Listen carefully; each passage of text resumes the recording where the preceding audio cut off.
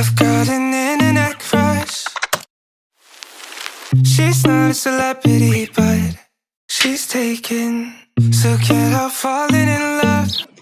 Hello everyone, welcome back to the channel. This is me Ananya and I come back with my yet another video, and today's video is going to be about starting my preparations for my periodic assessment 1, and for that only 10 days is left, and also our summer break is going to be end in 10 days, and our PD1 is conducted after 3 July.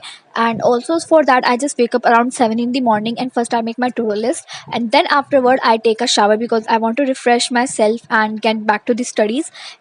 And after that I made my Chocos because मेरे को बहुत ज़्यादा भूख लग रही थी. And then उसके बाद मैं यहाँ पे कर रही हूँ केमिस्ट्री, एंड केमिस्ट्री में मैं कर रही हूँ अपना चैप्टर नंबर 3 का लेक्चर 4 देख रही हूँ. बिकॉज अभी मैं जितने भी अपनी पीडी की प्रिपरेशन है वो मैं सुबह सुबह नहीं करती हूँ, उसको मैं लास्ट में रखती हूँ. पहले मैं जितना मेरा जो चल ही रहा है, मतलब जैसे मेरा मैथ जो भी सब चैप्टर चल रहा है उसको ही मैं कंप्लीट करती हूँ, जिससे कि मेरे कोई भी बैकलॉग्स क्रिएट ना हो. दैट्स वाई मैं यहाँ पे अपना केमिस्ट्री का भी लेक्चर ले रही हूँ. एंड दिस गाइस मैंने लेक्चर ले लिया था और मैंने अपने नोट्स भी पूरे कंप्लीट कर लिए हैं. सर ने अभी ट्रेंड्स तक हमें कुछ पढ़ाया है, और उसके बस हमारे एक्सेप्शंस के केस रह गए थे और वो मैंने अभी तक नहीं करा है बिकॉज एक्सेप्शन बहुत सारे थे, तो मैंने सोचा उसको मैं कल करूँगी. इस चैप्टर को आराम से लेकर चलते हैं. And the time is now almost 10:53, and अब मैं यहाँ पर 7 मिनट के बाद ऑलमोस्ट 11 बजे करने बैठूँगी maths.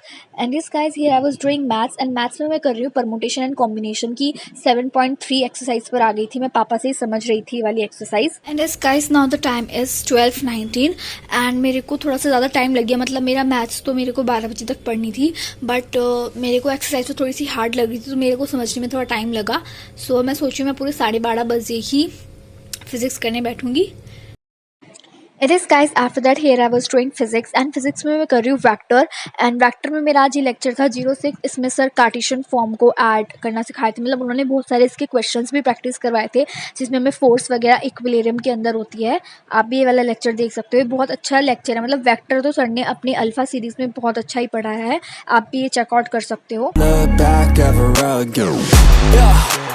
You ain't see me activated. You better hope that you never see me agitated. I think about my actions, plan them out, evaluated. That's how I end up on the top, man, I'm calculated. My mind's a weapon, my body is the engine. I'm never second guessing, I just do what I was destined. Cause I feel I got the blessing, persistence and obsession. That's how you keep. All the very best.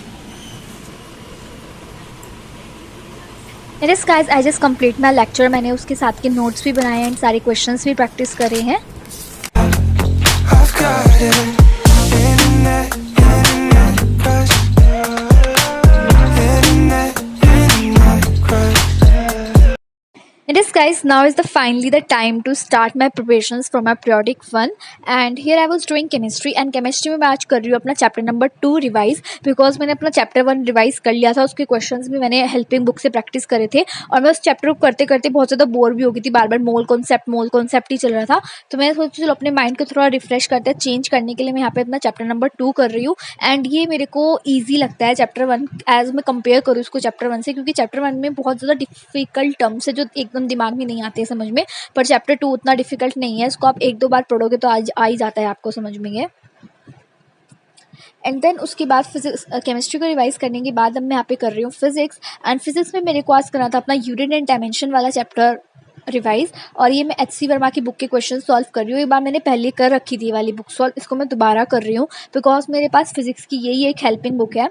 And literally I found this chapter very super easy because इसमें questions बहुत आसान से हैं. इसमें सिर्फ आपको basic dimension formulas याद होने चाहिए, तो फिर आप किसी की भी डायमेंशन निकाल सकते हो, किसी को भी चेंज कर सकते हो.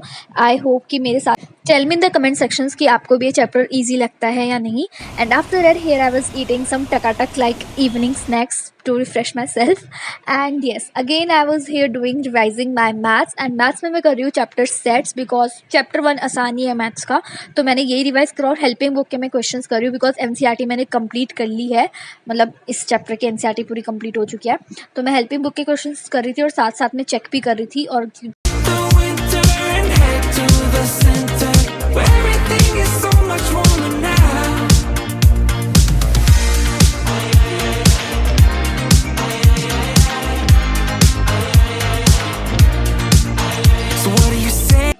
And yes, after doing maths here I was revising English and English ऐसा सब्जेक्ट है जो मैंने अपने पूरे समर वेकेशन में बिल्कुल छुआ तक नहीं है, करा भी नहीं है।